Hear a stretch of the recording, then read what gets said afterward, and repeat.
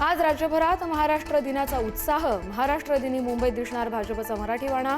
एकाच वेळी मुंबईतील 227 वॉर्डमध्ये घुमणार जय जय महाराष्ट्रचा नारा।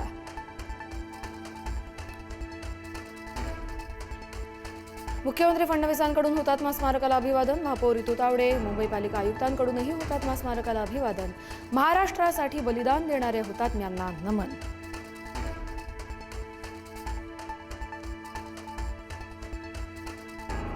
ठाण्यात उपमुख्यमंत्री एकनाथ शिंदे यांच्या हस्ते ध्वजारोहण। शिवाजी पार्कात मुख्यमंत्री फडणवीसांच्या हस्ते उपस्थितीत महाराष्ट्र दिनाचा सोहळा।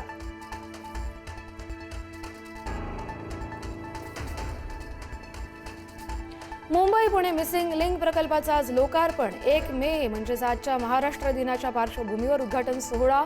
दुपारी 3:30 वाजताच्या दरम्यान खोपोली एक्झिट जवळ मुख्यमंत्र्यांच्या हस्ते होणार उद्घाटन।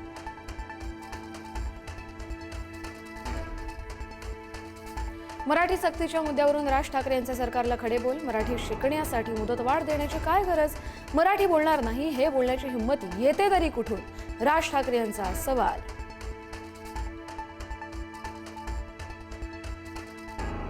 महाराष्ट्रात राहणाऱ्यांना मराठी आलीच पाहिजे, मराठी भाषेचा अभिमान असलाच पाहिजे, मुख्यमंत्री फडणवीसांचं वक्तव्य। तर मराठी येत नाही त्यांना मराठी शिकवणार असल्याचंही विधान।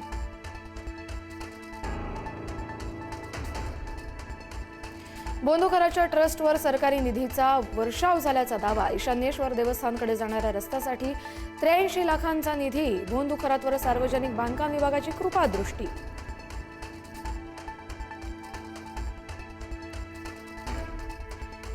बारावीचा निकाल उद्या होणार जाहीर। दुपारी 1 वाजता ऑनलाईन पाहता येणार निकाल।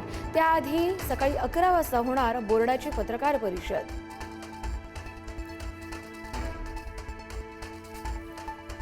एमपीएससीच्या गट ब संयुक्त पूर्व परीक्षेचा अर्ज भरण्यासाठी मुदतवाढ।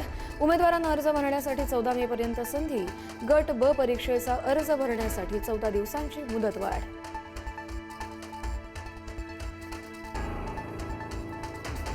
कोलकात्यामधल्या भवानीपूर स्ट्रॉंग रूम बाहेर टीएमसी कार्यकर्त्यांचं आंदोलन। कोलकात्यामधल्या स्ट्रॉंग रूममधील बॅलेट बॉक्स उघडल्याचा टीएमसीचा आरोप। स्ट्रॉंग रूम बाहेरील बॅलेट बॉक्स उघडल्याचं सीसीटीव्ही समोर।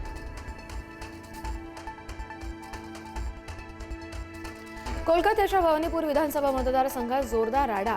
भाजप कार्यकर्त्यांनी तृणमूल काँग्रेसच्या गाड्या रोखल्या। गाडीत काही संशयास्पद असल्याच्या आरोपाखाली गाड्या रोखल्या।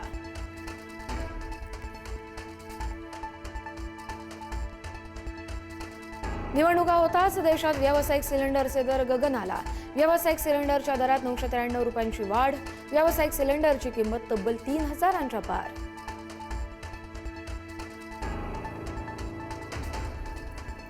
मध्य प्रदेशच्या जबलपूरमध्ये वर्गी धरणात पर्यटकांची बोट बुडाली। आतापर्यंत 6 जणांचा मृत्यू झाल्याची अधिकृत माहिती।